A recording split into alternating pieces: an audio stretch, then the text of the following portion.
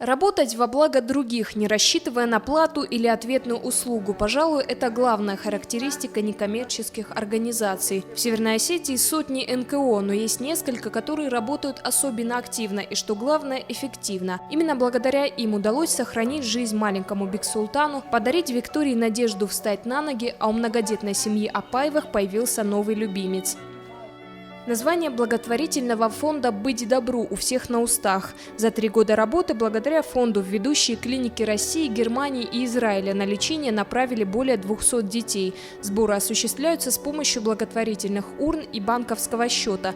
Также ежемесячно поступают перечисления от различных общественных организаций и частных лиц. А все потому, что доверие к «Быть добру» на высшем уровне.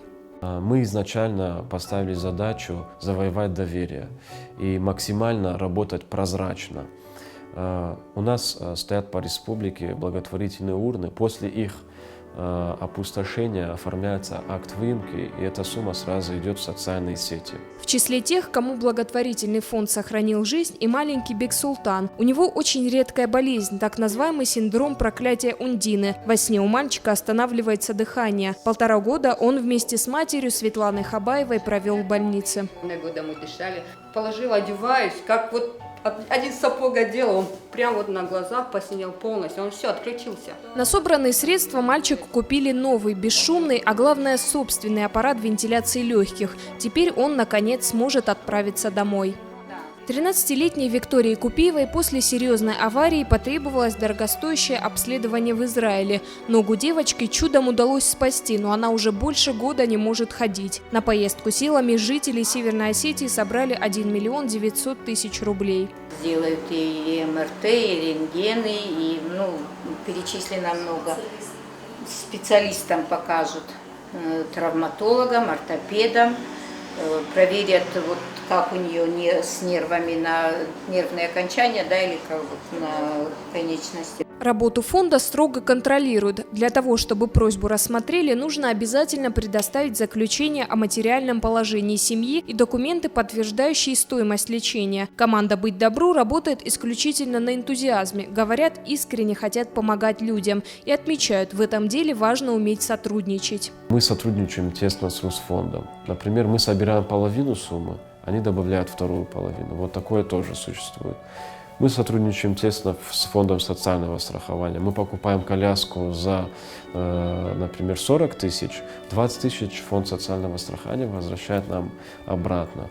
И мы за 40 000 можем купить 2 коляски, получается. Альбина Дзублаева работает мамой в самом широком смысле этого слова. Она не только мать 9 детей, но и председатель Северо-Осетинского республиканского отделения Общероссийской общественной организации Объединения многодетных семей России. Эта некоммерческая организация существует уже 7 лет, и ряды тех, кого неравнодушные сотрудники поддержали в самый сложный период жизни, постоянно пополняются. В поле их внимания отдаленные села, семьи, которые живут за гранью нищеты, оказывают в основном адресную помощь, но решают здесь проблемы не только детства. Объединение многодетных семей России и родители не оставляют без внимания, и вчерашним школьникам помогают поступить в вузы. Вопросы бывают разного характера. Кому-то надо посодействовать, походатайствовать, чтобы детей из многодетных семей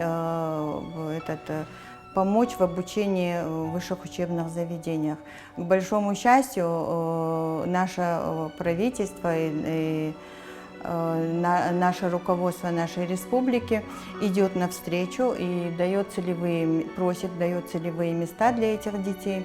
У Олега и Натальи Апаевых 6 жизнерадостных детишек. По словам супругов, организация Объединения многодетных семей России их нашла сама. Однажды семье просто так, без просьбы, подарили целый мешок детских игрушек. С тех пор Альбина Дзублаева для них близкий друг.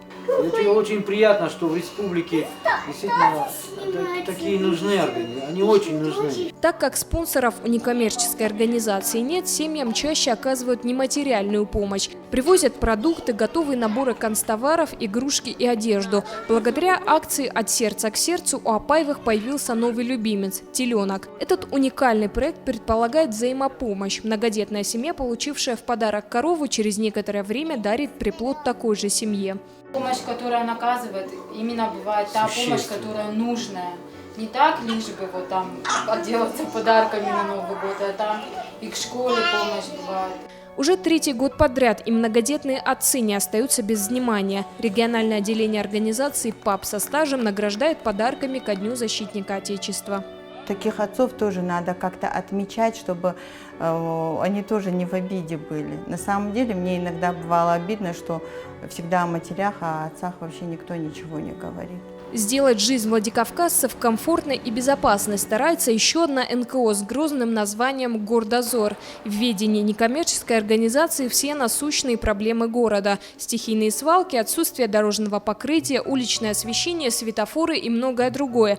Но цель ее не запугивать чиновников, а наладить диалог между администрацией Владикавказа и горожанами. Сообщить о своей проблеме очень просто. Нужно лишь зарегистрироваться на официальном сайте, и ваше обращение рассмотрят в течение месяца. По закону дается 30 дней на реакцию любого госоргана. В течение 30 дней мы всегда получаем ответ, но не всегда эти ответы, к сожалению, бывают результативны. То есть нам могут написать какую-то отписку, то есть проблема будет решена, а потом мы ждем месяц, год, два, вот бывают даже такие случаи. И как-то уже действуем сообща с другими уже органами, которые могут повлиять на эту ситуацию. Гордозор – это своеобразная будка гласности, книга жалоб и благодарностей одновременно. За 2 года работы с помощью организации устранили 63 проблемы, еще 17 сейчас пытаются решить. Как говорят сотрудники, главная задача – развивать у жителей активную гражданскую позицию, заставить поверить, что в их силах что-то изменить. В Северной Осетии зарегистрировано около 800 некоммерческих организаций, но тех, кто реально работает, в разы меньше. Что такое политические некоммерческие организации, здесь плохо представляют. НКО республики имеют исключительно социальную направленность. Зачастую во главе организации становится человек, которому в свое время пришлось столкнуться с серьезной проблемой, поэтому они более чутко относятся к проблемам общества. Если говорить о Северной Осетии, на поддержку руководства республики НКО могут рассчитывать. У истоков создания многих из них стоят сами чиновники, но они обычно предпочитают оставаться в тени. Тамила Хамицаева, Яна Гагиева, Олег Рамонов, Осетия ТВ.